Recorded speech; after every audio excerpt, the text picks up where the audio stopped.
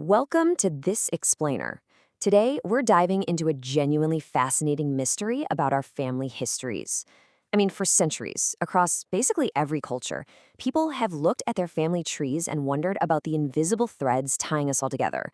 We get that we might inherit our great-grandfather's nose or, our grandmother's stubbornness, but is there something much deeper at play? Today, we're exploring generational patterns and asking, can something like karma actually be passed down through a family line? So let's kick things off with a pretty provocative thought. Do we inherit our ancestors' choices? Seriously, think about your own life for a second. Do you ever feel like you're reacting to situations in ways that don't entirely belong to you? Like you're playing out a script someone else wrote? The idea of inherited karma suggests that the actions, the choices, and the profound experiences of our ancestors might actually be pulling the strings for future generations. It really challenges everything we think we know about destiny and free will. Okay, let's unpack this a bit by expanding our whole idea of inheritance. We all completely accept that biology hands us our eye color, our hair texture, our height. That's just science, right? But what if the legacy we receive is invisible? What if we're actually handed down emotional burdens that we literally never asked for? The source material we're looking at today suggests that families carry these deep patterns across generations, completely independent of our DNA. It's like inheriting a heavy suitcase without knowing what's inside. Section 1. What is family karma? To really wrap our heads around this, we need to define what folks actually mean when they talk about family karma. The crucial takeaway here is that descendants might carry forward non-physical traits even if they had absolutely nothing to do with creating the original problem. We're talking about invisible inheritances. Things like deep-seated emotional patterns, deeply ingrained beliefs about how the world works, daily habits, and even completely unresolved trauma. From this perspective, you might be born tasked with carrying the weight of a fear that started decades before you even existed. Crazy, right? And honestly, this perfectly explains why we sometimes see the exact same struggles looping continuously through a family tree. I'm sure you've seen this. A family where generation after generation struggles with the exact same interpersonal conflict, or maybe the exact same specific phobia.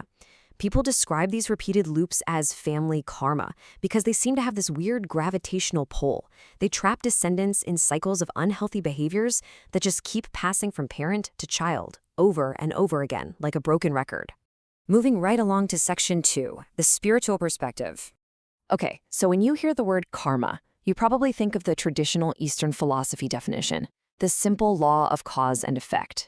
The idea that every single action creates consequences that will inevitably show up in the future. Now, we usually think of this as a purely individual thing. You reap what you sow.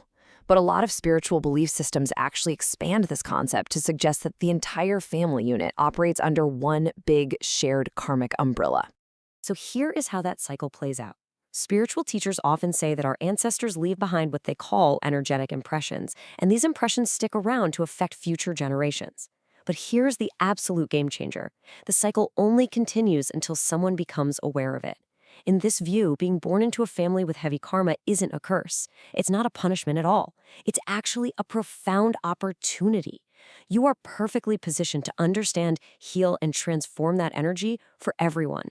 And how exactly do you do that? Well, through ancestral healing practices. Cultures all over the globe have built rich traditions around this very concept. They use tools like honoring their ancestors, performing specific rituals, prayer, deep meditation, and intense self-reflection. The beautiful thing here is the interconnectedness of it all. Because the family shares this energetic impression, if you use these practices to heal yourself, you are actively bringing peace to those unresolved experiences. You're basically echoing healing both backward and forward in time. Now, let's shift gears for a minute. Section 3, the psychological perspective. This is where it gets really, really interesting. We are actually looking at the exact same human experience just through two completely different lenses. Where a spiritual teacher sees energetic impressions and ancestral karma, a modern psychological researcher looks at the exact same family and sees learned behaviors, transmitted trauma, and family conditioning. Science obviously isn't throwing around the word karma, but rigorous modern research absolutely confirms that family experiences profoundly influence future generations. Let's break down this transmission clinically. Imagine a parent living in a highly stressful or fearful environment. Their child watches them constantly, and they literally learn those behavioral and emotional responses as their default way of interacting with the world. Trauma, Parenting styles, social conditions, they physically wire the child's responses. Science even shows us that extreme stress can cause epigenetic changes. Think about this. Studies have literally shown that mice taught to fear a specific smell pass that exact same fear down to their grandchildren genetically. No joke, the pattern just continues silently until it's actively recognized. So, at the end of the day, whether you view this as a spiritual truth or a clinical behavioral loop, the phenomenon is exactly the same. The research strongly suggests that our family's past completely shapes our present. You can call it inherited karma, or you can call it inherited experiences and family conditioning. The labels just depend on whether you're sitting in a meditation retreat or a therapist's office, but the core observation is identical. The past is very much alive in the present.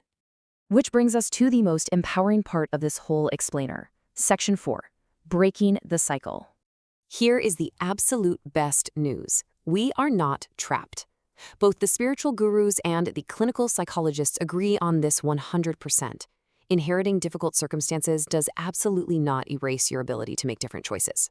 Family karma, generational trauma, whatever you want to call it, does not mean you are a helpless victim. Awareness is your key out. The very second you step back and say, wait, this fear isn't mine.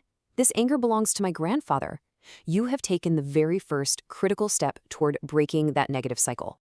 Once you have that awareness, you can use these tools for transformation.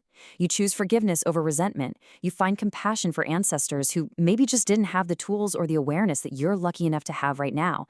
It's all about taking positive action and making conscious choices driven by understanding and love.